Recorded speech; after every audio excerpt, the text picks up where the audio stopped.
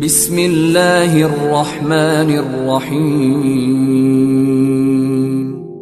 In the name of Allah, the Beneficent, the الحمدللہ رب العالمین والصلاة والسلام علی سید الانبیاء والمرسلین وعلى آلہ واصحابہ اجمعین اما بعد.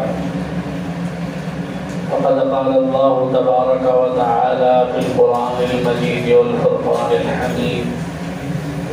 اعوذ باللہ من الشیطان الرجیم. بسم اللہ الرحمن الرحیم.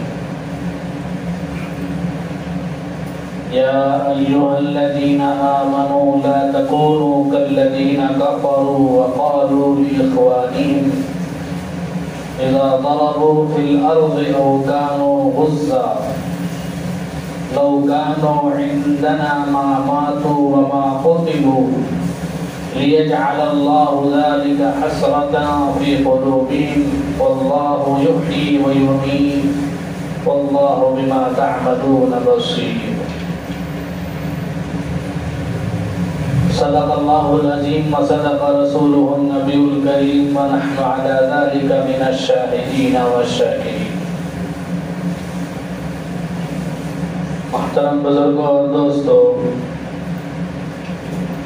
جو آیت کریمہ میں نے آپ حضرات کے سامنے پڑھی ہے، تلاوت کی ہے، اس کا ترجمہ اور معنی یہ ہے. اللہ تبارک و تعالیٰ فرماتے ہیں یا ایھا الذین آمنوا، اے ایمان والو، لا تکونوا کالذین کفروا وقالوا لاخوانہم، ان لوگوں کی طرح مت ہو جاؤ جنہوں نے کفر کیا اور اپنے بھائیوں سے کہا، جبکہ وہ بھائی سفر کے لیے روئے زمین میں چلتے ہیں، او کانوا غزاً، یا غزووں میں جنگ میں شریک ہوتے ہیں. لو کانوا عندنا، اگر یہ بھائی ہمارے پاس رہتے، ما ماتوا وما قتلوا، نہ تو وہ مرتے نہ تو وہ قتل ہوتے. لِيَجْعَلَ اللَّهُ ذَلِكَ حَسْرَةً فِي قُلُوبِهِمْ، تاکہ اللہ تعالیٰ ان کے اس قول کو حسرت کا باعث بنائے ان کے دلوں میں. وَاللَّهُ يُحْيِي وَيُمِيتُ، اللہ ہی حیات دیتا ہے اور موت دیتا ہے. وَاللَّهُ بِمَا تَعْمَلُونَ بَصِيرٌ، اللہ تعالیٰ تمہارے اعمال کو دیکھ رہا ہے. بزرگوں اور دوستو، اس سے پہلی آیتوں میں عین میدان جنگ میں منافقین نے جو باتیں کہیں، مسلمانوں کے دلوں میں جو شبہ وسوسہ ڈالا، اس کا تذکرہ تھا. انہوں نے کہا تھا لو کان لنا من الامر شیء ما قتلنا هاهنا، اگر ہماری رائے مان لی جاتی، ہماری رائے یہ تھی کہ مدینے کے اندر رہ کر کافروں کا مقابلہ کیا جائے، مگر اس پر عمل نہیں ہوا. ہم مدینے سے باہر احد پہاڑ کے پاس آئے اور وہاں لڑے اور آگے قتل ہو. اگر ہماری رائے پر عمل ہوتا تو ہمارا یہ حشر نہیں ہوتا. اس طرح کی بات ان لوگوں نے کہی. تو اس کے جواب میں اللہ نے کہا تھا لو کنتم فی بیوتکم لبرز الذین کتب علیہم القتل الی مضاجعہم، اگر تم اپنے گھروں کے اندر بھی رہو تو بھی وہ لوگ باہر نکل آتے جن کے بارے میں لکھا جا چکا فلاں فلاں جگہ قتل ہونا، تو جہاں ان کا قتل ہونا لکھا جا چکا ہے وہ نہیں آتے. تو اس طرح کی بات گزشتہ آیتوں میں کہی گئی. جب جنگ سے فارغ ہو کر صحابہ کرام مدینہ منورہ تشریف لے گئے تو وہاں بھی منافقین تھے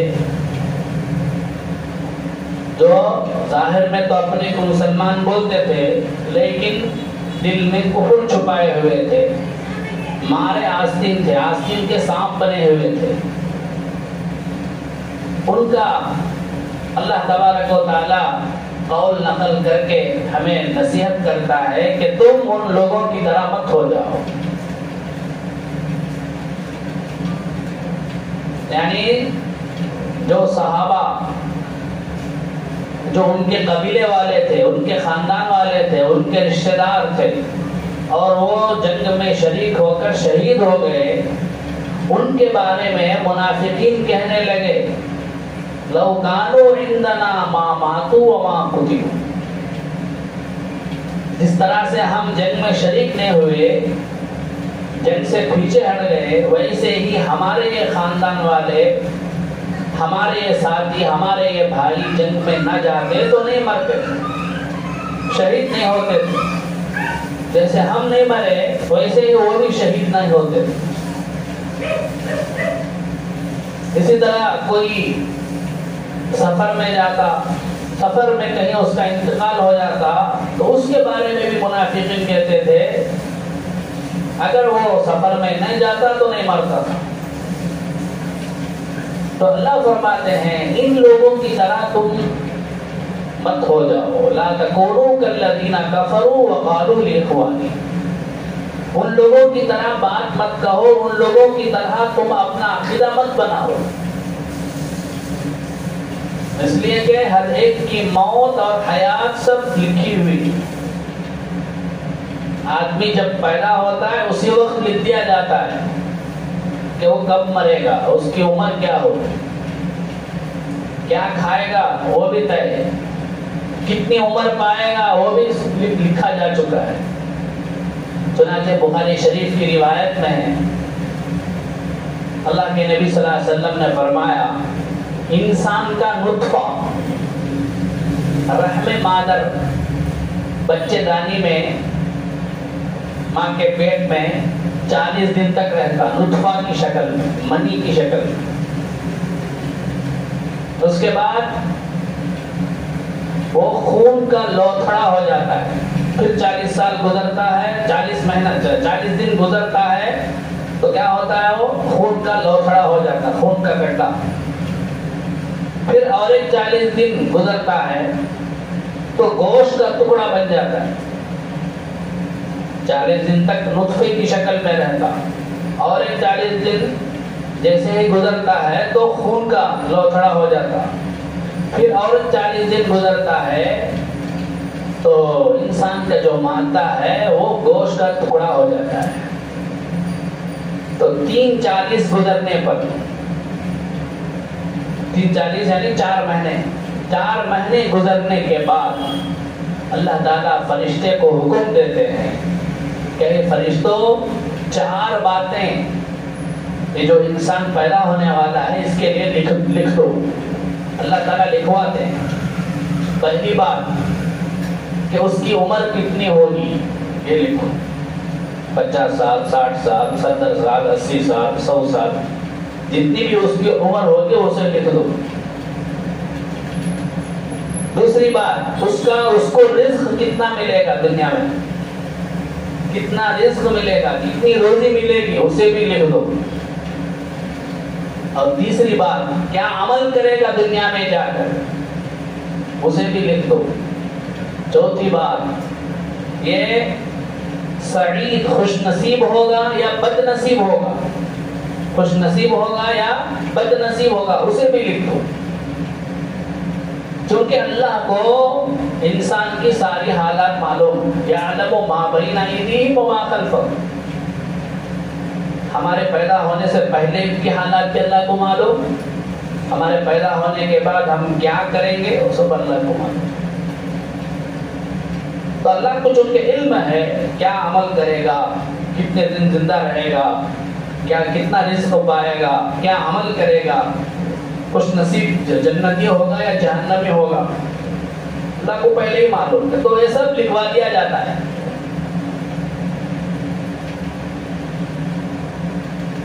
اب یہاں ہمارے بعض مسلمان بھائی دھوکہ کھا جاتے ہیں، اپنی غلطی کو تقدیر کے اوپر ڈال دیتے ہیں. مائی کیا بھی کہہ رہا نہیں تقدیر میں لکھو تھا وہ چھوڑا ویسا نہیں ہے. تقدیر میں لکھو ہے بول کو ہم کرے نہیں ہے کام, ہمیں کرتے کر کو ہم تقدیر میں لکھو ہے سو سمجھ میں آتی بات ہے. ہمیں یہ کام کرتے کر کو اللہ کو پہلے سے معلوم, اس لیے اللہ وہاں لکھ دیا ہے.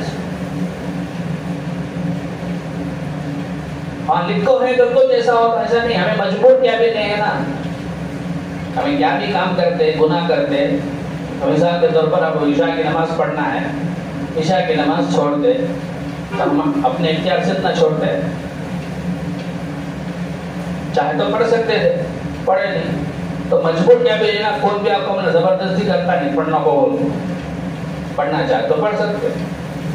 تو اس سے کیا معلوم ہمیں مجبور نہیں ہے, ہمیں کرتے کر تو اللہ کو معلوم, اس لیے اللہ وہاں لکھ دیا ہے. تو بزرگوں اور دوستو اس حدیث کا مطلب یہ ہوا کہ ہمارے پیدا ہونے کے وقت ہی لکھ دیا جاتا ہے کہ ہماری موت کب آئے, کون سے جگہ میں آئے گی, کون سے وقت میں آئے گی, کس کیفیت سے آئے گی, سب لکھا ہوا ہے کیونکہ اللہ کو سب معلوم. اور ایک آیت میں اللہ فرماتے ہیں اینما تکونوا یدرککم الموت ولو کنتم فی بروج مشیدہ, تم جہاں بھی رہو تمہیں موت آ پکڑے اگرچہ تم مضبوط قلعوں میں ہی کیوں نہ رہو. مرنا ہے تو مرنا ہی پڑے گا, جو مرنے کا وقت طے ہے اسی وقت میں موت آئے گی. جس جگہ میں ہمارا مرنا طے ہوا ہے اسی جگہ میں ہماری موت آئے. تو بہرحال اللہ تعالی ہمیں نصیحت یہ فرما رہے ہیں کہ تم کافروں کی طرح منافقین کی طرح یہ باتیں مت کہو. اگر کوئی آدمی اللہ کے راستے میں گیا, جماعت میں گیا, انتقال ہو گیا, یا مدرسے میں پڑھنے کے لیے گیا, انتقال ہو گیا, تو یہ مت بولو نہیں جاتا تو نہیں مرتا تھا, جماعت میں گیا مر گیا, مدرسے کو گیا وہ مر گیا, مسجد کو نماز پڑھنے کے لیے گیا انتقال ہو گیا راستے میں, تو یہ مت بولو کہ مسجد کو گیا اس لیے مر گیا, نہیں جاتا میری طرح تو نہیں مرتا. اس طرح بولنا یہ منافقین کا کام ہے, منافقین کی عادت ہے. ہمارا عقیدہ کیا ہے, ہمارے مرنے کی جگہ بھی اللہ طے کر دیا ہے, ہمارے مرنے کا وقت بھی طے ہے. تو جو وقت ہے جو جگہ ہے اسی جگہ میں ہماری موت آئے. اس طرح سے بولنا یہ غلط ہے. اب اگر کوئی آدمی دین کے راستے میں جا کر, علم کے راستے میں جا کر نماز کو جاتے ہوئے انتقال ہو جائے تو کتنی بڑی فضیلت کی بات ہے. مرنا تو ہے ہی ہر ایک کو.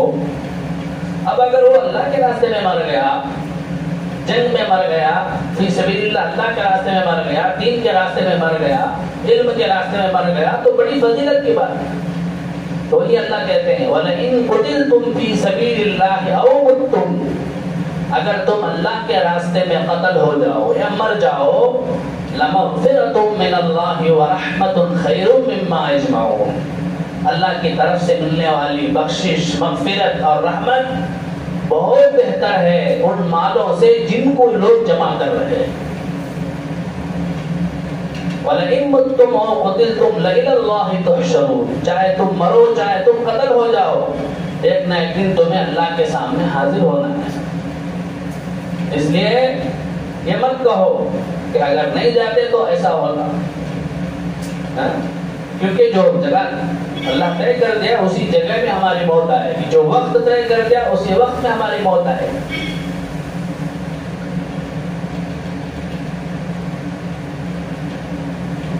ہم ہزار کوششیں کر لیں موت سے بچنے کی, بچ نہیں سکتے. اگر وقت آ گیا ہم ہزار کوششیں کر لیں موت سے بچ نہیں سکتے. ایک کتاب ہے ندائے ممبر و محراب بول کے, اس کتاب میں ایک واقعہ لکھا ہے. ایک مرتبہ حضرت سلیمان علیہ السلام اپنے وزیر کے ساتھ مجلس میں بیٹھے ہوئے تھے. تو حضرت اسرائیل علیہ السلام انسان کی شکل میں اس مجلس کو آئے، اور حضرت سلیمان علیہ السلام کے ساتھ جو وزیر تھا اس کو وہ گھور کر دیکھنے لگے، گھور رہے تھے۔ اس کے بعد وہاں سے اٹھ کر چلے گئے ملک الموت اسرائیل علیہ السلام۔ تو وہ جو وزیر تھا اس نے سلیمان علیہ السلام سے کہا یہ جو بزرگ آئے تھے کون؟ وہ مجھے گھور کر دیکھ رہے ہیں۔ سلیمان علیہ السلام نے کہا وہ ملک الموت اسرائیل علیہ السلام۔ تب وزیر کو ڈر شروع ہو گئے، شاید میرے جانے کا وقت آ گیا ہے۔ تو اس نے سلیمان علیہ السلام سے کہا کہ حضرت آپ کی تو ہوا کے اوپر بھی حکومت ہے، مجھے جزیرہ بواس اور دور کا جو جزیرہ ہے وہاں مجھے بھیج دو ہوا کے ذریعے سے، میں چلا جاؤں گا تاکہ موت سے بچ جاؤں، ملک الموت جو آئے ہیں ان سے بچ جاؤں۔ تو حضرت سلیمان علیہ السلام نے وزیر کی خواہش پوری کرتے ہوئے ہوا کو حکم دیا، تو 1 منٹ میں وہاں سے اڑ کے جا کے وہ جزیرے میں پہنچ گیا۔ جیسے ہی جزیرے میں زمین کے اوپر قدم رکھا، ملک الموت آئے اور اس کی جان لی، روح قبض کی۔ اس کے بعد حضرت اسرائیل علیہ السلام کی ملاقات ہوئی حضرت سلیمان علیہ السلام سے۔ تو سلیمان علیہ السلام نے ملک الموت سے اسرائیل علیہ السلام سے پوچھا جب یہاں آپ آئے تھے وہ وزیر کو آپ کیوں گھور کر دیکھ رہے تھے؟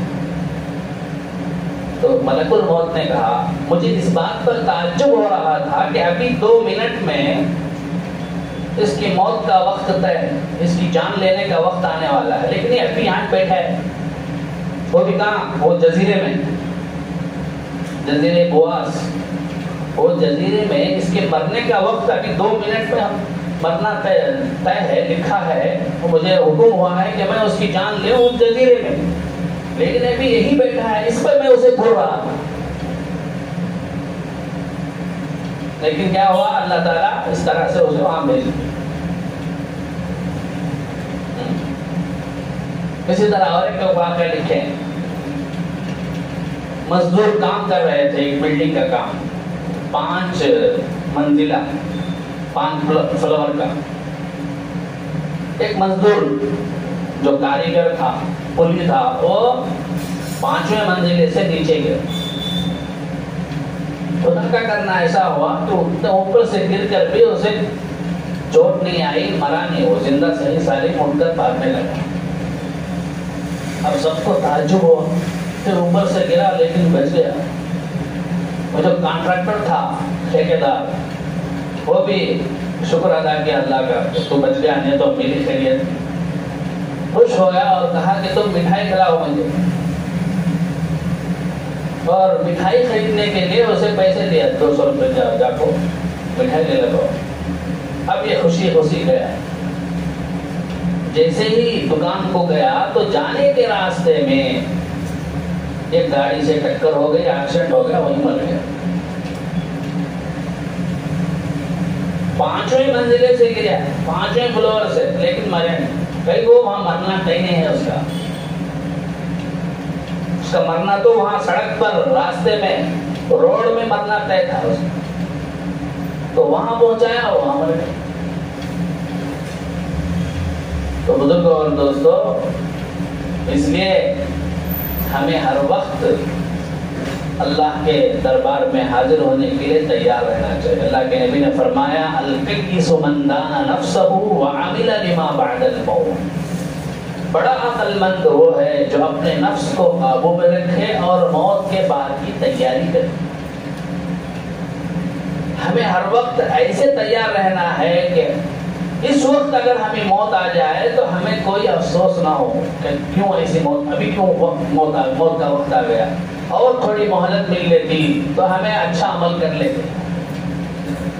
یہ کہنے کا دل میں خیال بھی نہ آئے، افسوس بھی نہ ہو، اس طرح ہمیں ہمیشہ تیار رہنا چاہیے۔ اسی لیے نبی پاک صلی اللہ علیہ وسلم فرماتے تھے اکثروا ذکر ہادم اللذات، لذتوں کو توڑ دینے والی چیز یعنی موت کو کثرت سے یاد کرو۔ اور ایک حدیث میں آپ نے فرمایا كنت نهيتكم عن زيارة القبور ألا فزوروها فإنها تذكركم الآخرة. میں تمہیں پہلے قبروں کی زیارت کرنے سے روکتا تھا، قبرستان جانے سے روکتا تھا، قبروں کو دیکھنے سے روکتا تھا. اب تم جاؤ، کبھی کبھی قبرستان جاؤ، قبروں کو دیکھو، کیونکہ اس طرح دیکھتے رہنے سے تمہیں آخرت یاد آئے. ہارون رشید کا ایک بیٹا تھا جو بڑا اللہ والا تھا. اس نے ایک شعر کہا،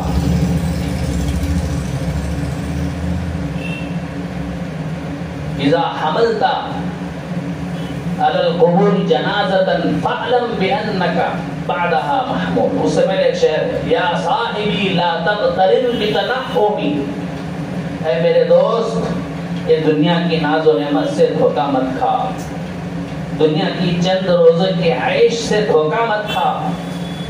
فإن العمر ينفد والنعيم يزول، اس لیے کہ عمر ختم ہو جائے گی اور یہ ساری دولت ختم ہو جائے گی، تیری ساری آشائش ختم ہو جائے گی، تیرا عیش و آرام ختم ہو جائے گا.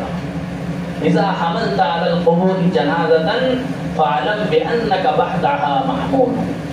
جب تو جنازے کو اپنے کھاندے پر اٹھا کر لے جائے تو یہ تصور کر، یہ خیال کر، یہ جان لے آج تو دوسرے کے جنازے کو اپنے کھاندے پر اٹھا کر لے جا رہا ہے، کل تیرا جنازہ دوسروں کے کھاندے پر ہوگا. تو بزرگوں اور دوستو، موت سے کسی کو بھی چھٹکارا نہیں. دنیا میں بولتا رہتا ہوں، دنیا میں ہے نا اللہ کو نہیں ماننے والے ہیں، نبی کو نہیں ماننے والے ہیں، ہے نا، قرآن کو نہیں ماننے والے ہیں، حدیث کو نہیں ماننے والے ہیں، اماموں کو نہ ماننے والے ہیں، بزرگان دین کو نہیں ماننے والے ہیں، لیکن موت کو نہیں ماننے والا کوئی نہیں ہے، کوئی نہیں. موت ہی ایک ایسی چیز ہے، ایک ایسی حقیقت ہے کہ جس سے کوئی انکار نہیں کرتا. ہر ایک کو معلوم ہے مرنا ہے، ایک نہ ایک دن مرنا ہے. لیکن ہماری زندگی کیسی ہے، ہمارا حال کیا ہے، ایسا معلوم ہوتا ہم سرٹیفکیٹ لے لگا کے اللہ کے پاس ہمیں ہمیشہ رہنا ہے. پوری کوشش کرتا، محنت کرتا، اپنی پوری دوڑ دو صرف دنیا کمانے کے، صرف دنیا جمع کرنے کے. کتنے لوگ تھے، کتنا پیسہ جمع کی، کیا لے کر کے خبر کچھ بھی. سکندر بادشاہ کا جب انتقال ہوا تو انتقال ہونے کے وقت سے پہلے اس نے وصیت کیا، میرا جب جنازہ لے جایا جائے میرا دونوں ہاتھ جو ہے جنازے میں باہر رکھو، تاکہ معلوم ہو جائے کہ میں پوری دنیا پر سلطنت کرنے والا بادشاہت کیا، لیکن جب دنیا سے گیا تو خالی ہاتھ گیا. یہ معلوم ہو جائے لوگوں کو. تو اسی ندائے ممبر و محراب کتاب میں لکھا ہے، یہ جو برطانیہ کی جو ملکہ تھی، رانی تھی، ملک الزبتھ، اس نے مرنے سے پہلے کہا تھا اگر تم میں سے کوئی مجھے زندگی دے دے تو میں ایک ایک منٹ کے بدلے میں 1,00,000 روپے دوں. 1 منٹ کے بدلے میں 1,00,000. کتنا پیسہ رہے گا اس کے پاس. لیکن دنیا کا کوئی بھی ڈاکٹر، کوئی بھی حکیم 1 منٹ کیا 1 سیکنڈ بھی زندہ رہنے کے لیے علاج نہیں کر سکے. تو موت ایسی حقیقت ہے، اس سے کسی کو انکار نہیں. اس لیے بزرگوں اور دوستوں ہمیں ہر ہمیشہ اس کے لیے تیار رہنا چاہیے.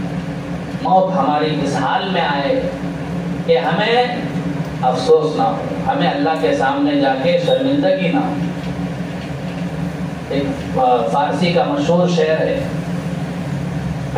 جب تو پیدا ہوا تو سب لوگ ہنس رہے تھے، تو رو رہا تھا. چنانزی تو ایسی زندگی گزار، ہما گریاں بدن و تو خندہ. سب لوگ روتے رہے اور تو ہنستا رہے. دنیا سے جائے تو تو ہنستا ہوا جائے, خوشی خوشی جائے,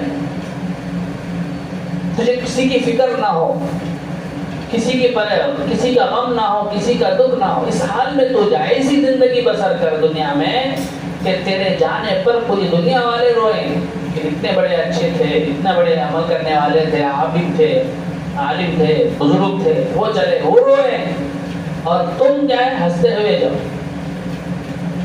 تو اس لیے بزرگوں اور دوستوں, آج کی ان آیتوں سے ہمیں یہی نصیحت ملتی ہے کہ ہمیں اللہ نے جو بھی عمر دی ہے پتہ نہیں کب ہماری موت آ جائے. ایک حدیث میں ہے اللہ کے نبی صلی اللہ علیہ وسلم نے فرمایا, حضرت عبداللہ ابن عمر رضی اللہ عنہ کے کھاندے کو پکڑ کر, کن فی الدنیا کأنک غریب او عابر سبیل, تم دنیا میں ایسے رہو گویا کہ تم مسافر ہو یا راستہ پار کرنے والے ہو. مسافر سفر میں ہمیشہ رہتا نہیں, اس کی منزل آنے والی ہوتی ہے. سفر ختم ہو کر منزل کو پہنچ جاتا ہے, گھر کو پہنچ جاتا ہے. اسی طرح تم زندگی کا یہ سفر طے کر رہے ہو, بہت جلد تمہاری منزل آخرت آنے والی ہے.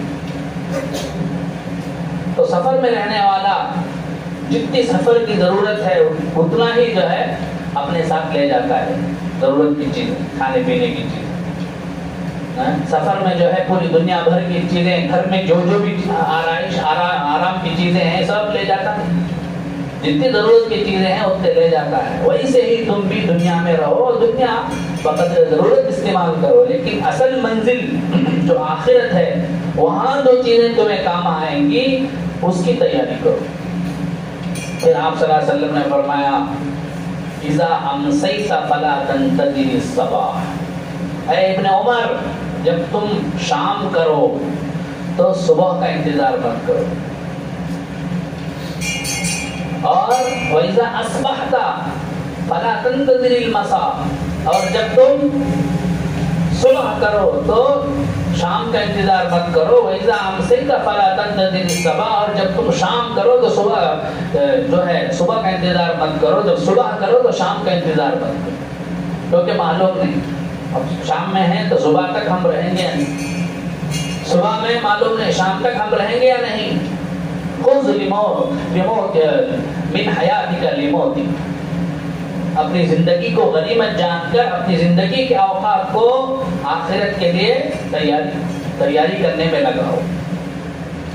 تو بہرحال اللہ تعالی ہم میں سے ہر ایک کو جو بھی ہماری زندگی کا حصہ باقی ہے اس میں آخرت کی مکمل تیاری کرنے کی ہمیں توفیق عطا فرمائے, اور موت سے غافل ہونے سے ہمیں بچائے. ہمیشہ آخرت کے استحضار کے ساتھ زندگی گزارنے کی توفیق عطا فرمائے. بزرگوں اور دوستوں, یہ استحضار اگر رہے گا آخرت کا, موت کا, تو کبھی اس سے گناہ نہیں ہوگا, کبھی بھی نیکی کرنے میں وہ غافل نہیں ہوگا, سستی نہیں کرے گا, نماز پڑھنے میں سستی نہیں کرے گا. مثال کے طور پر اب مجھے معلوم ہو گیا اب میں صبح کو موت آنے والی ہے, کیا کروں گا؟ رات بھر عبادت میں لگ جاؤں, مصلی ہی پہ پوری رات گزار دوں گا. تو ویسے ہی ہم میں سے کسی کو پتا نہیں کب ہماری موت آئے. اس لیے بزرگوں اور دوستوں, جو بھی وقت ہمیں ملا ہے اسے غنیمت جان کر اسے ہمیں آخرت کے کاموں میں استعمال کرنا چاہیے. اللہ تعالیٰ مجھے بھی آپ کو بھی ان کہی ہوئی باتوں پر عمل کرنے کی توفیق عطا فرمائے.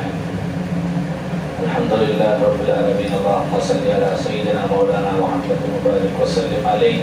اللہم ربنا اتمم لنا نورنا واغفر لنا انک علی کل شیء قدیر. ربنا لا تؤاخذنا ان نسینا واخطأنا. ربنا ولا تحمل علينا اصرا كما حملته على الذين من قبلنا. ربنا ولا تحملنا ما لا طاقة لنا به واعف عنا واغفر لنا وارحمنا أنت مولانا فانصرنا على القوم الكافرين. سبحان ربك رب العزة عما يصفون وسلام على المرسلين.